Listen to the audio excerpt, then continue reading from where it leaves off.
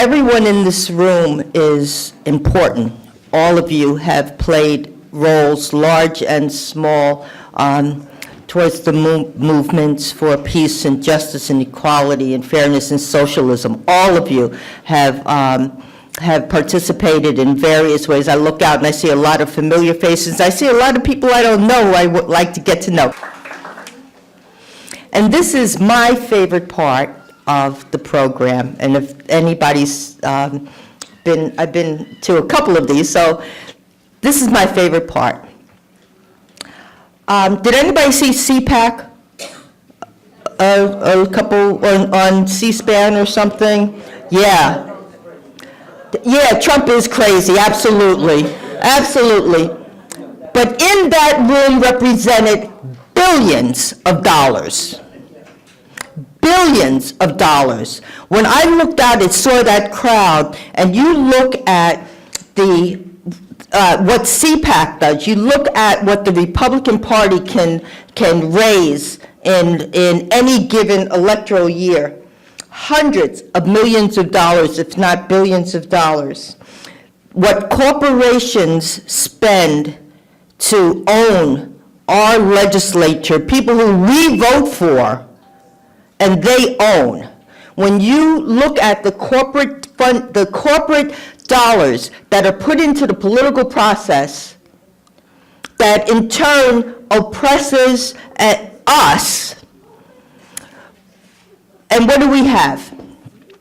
We have the conscience and the soul of working people in this country.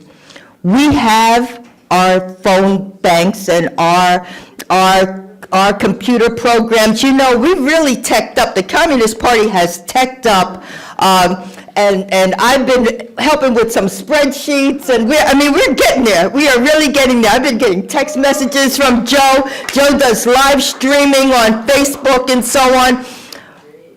We will never match the billions and millions of dollars that are poured into the political process. But what we can do is mobilize people. What we can do, what we have been doing, this party's been doing for 100 years, in getting people organized, working with the labor movement, working with organizations and coalitions and all of that. And we do it at a fraction of the cost. All we need is every loose dollar and change that you have in your pocket tonight, because we can and will and continue to build this movement, continue to support this organization. Tonight's donations will go towards the People Before Profits Foundation, the New York State Communist Party with the YCL, and the We're Not Going Back Coalition, that come together every year to hold this event and other events, and throughout the year work with labor unions, work with organizations in the city of New York and throughout. So we are going to ask you to dig deep. We will give you time to write checks. Every dime, most of what we do is volunteer. And the small amount of staff and the small amount of, just to keep the lights on, and we do an incredible amount. So we're asking you so that we can continue to struggle, that we can continue the organizing throughout the year, and so that we can have these sorts of programs and educational opportunities throughout the year as well. I'd like to spend a moment to introduce to you our final speaker for the evening. My friend Jarvis Tyner, at the Better World Awards, I got up here and I said, you all know Jarvis, here he is. I thought tonight that I'd have another introduction for Jarvis. There's a little girl running around here who's about 4 years old. That's her grandfather.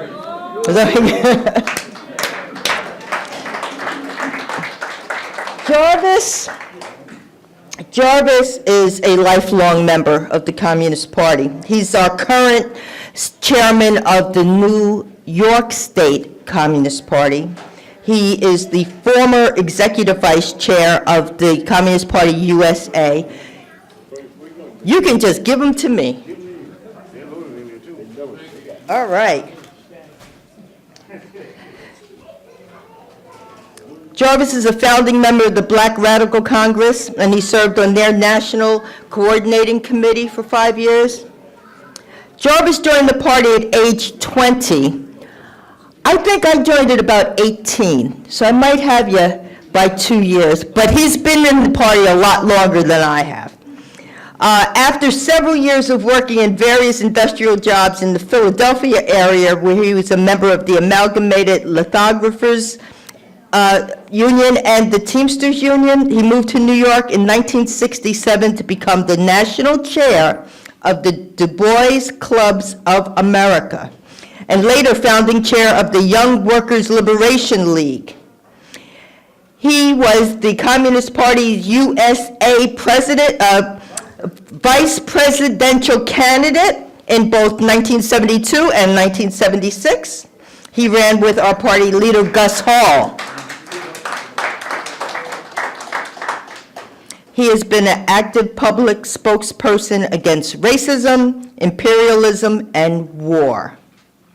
He has written numerous articles and pamphlets and appeared on the media, campuses, and in other public venues advocating for peace, equality, and the socialist alternative. I want to say that Jarvis, yes, is a sharp intellectual. Jarvis is incredibly versed in current events. He's thoroughly versed in historical events and historical analysis. Yes, Jarvis is a writer. He's a public speaker. He's also an organizer. He's also a demonstrator. He's got his feet on the ground and has been integrally involved day to day in people's struggle. He's not a weekend socialist. Day to day. And most importantly, Jarvis is a husband, a father, and a very proud grandpa.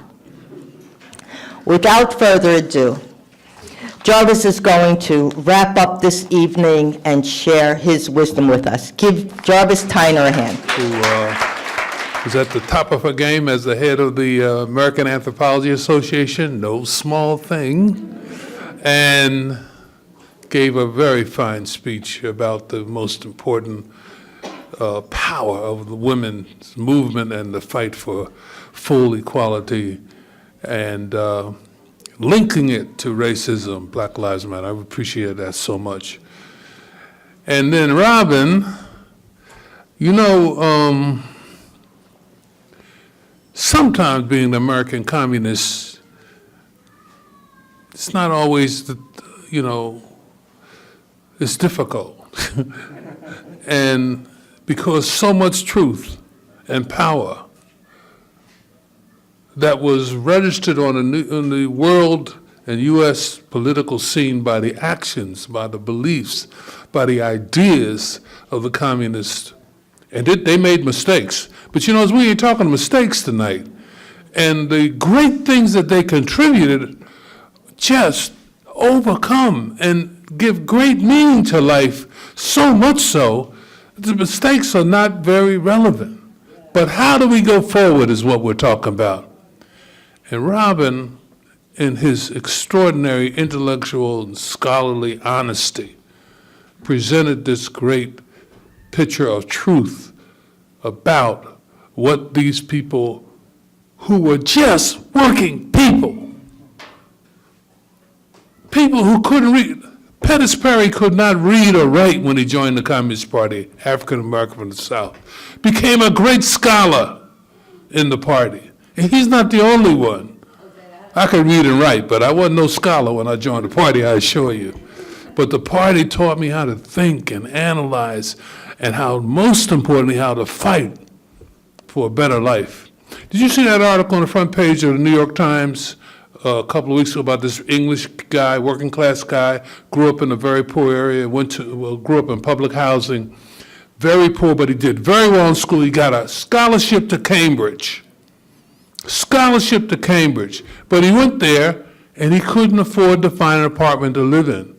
He couldn't even carry out his scholarship. So he said, his main point was, I believed in the system. I did. He said, but the system didn't believe in me. And everything that I was struggling against, they didn't solve for me. So I became a socialist. Now, he also said that he met communist union leaders and activists, and they inspired him. One lady who said, I am the real thing, or something like that, and put a T-shirt out about her communist affiliation. And then everybody started wearing it in a certain part of London. It was very popular. It became chic, and all that stuff. But what did Marx say? Capitalism creates their own grave diggers.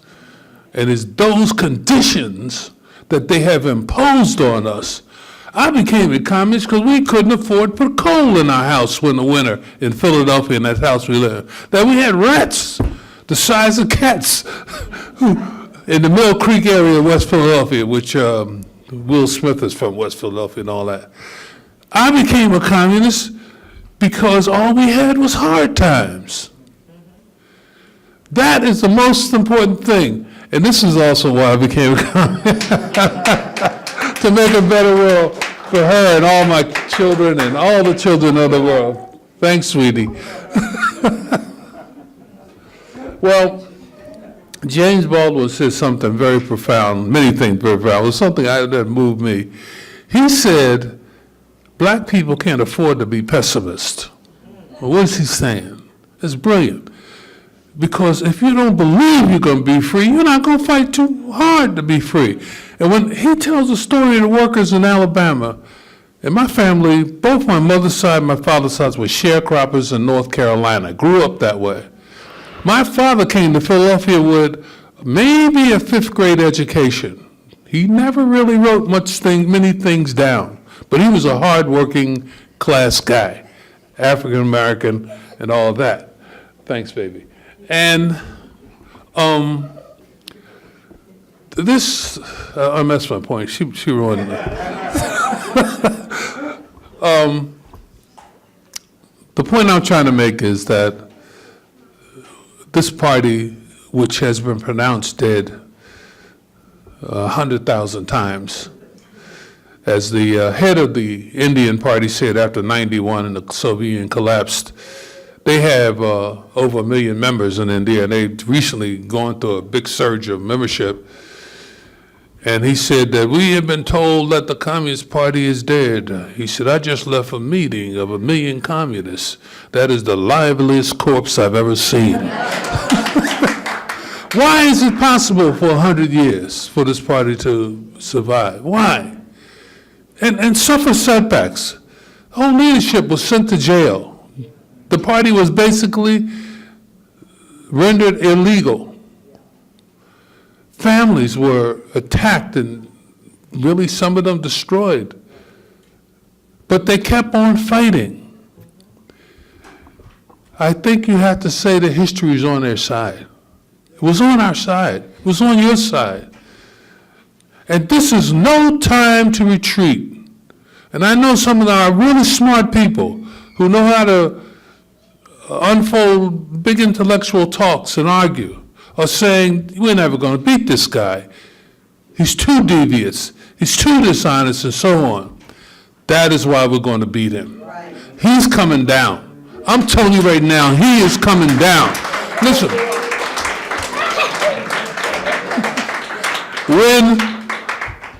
When at the height of Jim Crow, at the height of lynching and murder in the South, African Americans couldn't afford to be pessimistic. They were hurting, but they knew they had to struggle. We communists similarly. We know we have to struggle, and we have to make this a better world, and we will, with your help. So, some of you in this room are in the Communist Party. I love you madly, as Duke Ellington said, but there's some of you here are not members of the Communist Party, and we need you. We need you. There's some cards around here. I I heard somebody mention that they're in the back. As you go out, please take one. It's only $1 to join, by the way. It's the greatest bargain in the entire world. Join us. Make us strong. Make us win. And you win. Make you win. Make us this world a better place. Our future is in your hands. Because not that we'll do it alone, but we will play a very big role if we are big enough. Anyway, finally, we have a reception. It's food. I think there's some libation back there, wine, a little bit of beer. And I want to thank you again all for coming out. I want you to recognize that this is our 100th year. We're having a big convention in Chicago in June to celebrate it. And then we're going to go forward. If you join today, you actually could become a centennial member of the Communist Party, joining on the 100th year. That would be wonderful. Thank you all so much for coming out. You're beautiful. We're going to win. Thank you. Our singer, I'm sorry. Our singer has arrived. Can we end with Lift Every Voice and Sing? Yes. Yeah, real version. Audrey's a member of a group called Douce Revolution. She's also hangs around us every now and then, too. And she's a single mom, lives up in the Bronx. Single mom, I'm married. Oh, I'm sorry. Who lives up in the Bronx and who's a real fighter. I want you to give her a warm welcome. And she will sing for you. Thank you. I'm also a New York City public school teacher, and that's why I created Douce Revolution, because we need a sweet change in education. As you flow out and enjoy yourselves, I just want to sing a nice rendition of this song that touches our souls. So if you know the words, you can sing along, if I may. Thank you. Lift every voice and sing till earth and heaven ring with the harmonies of liberty.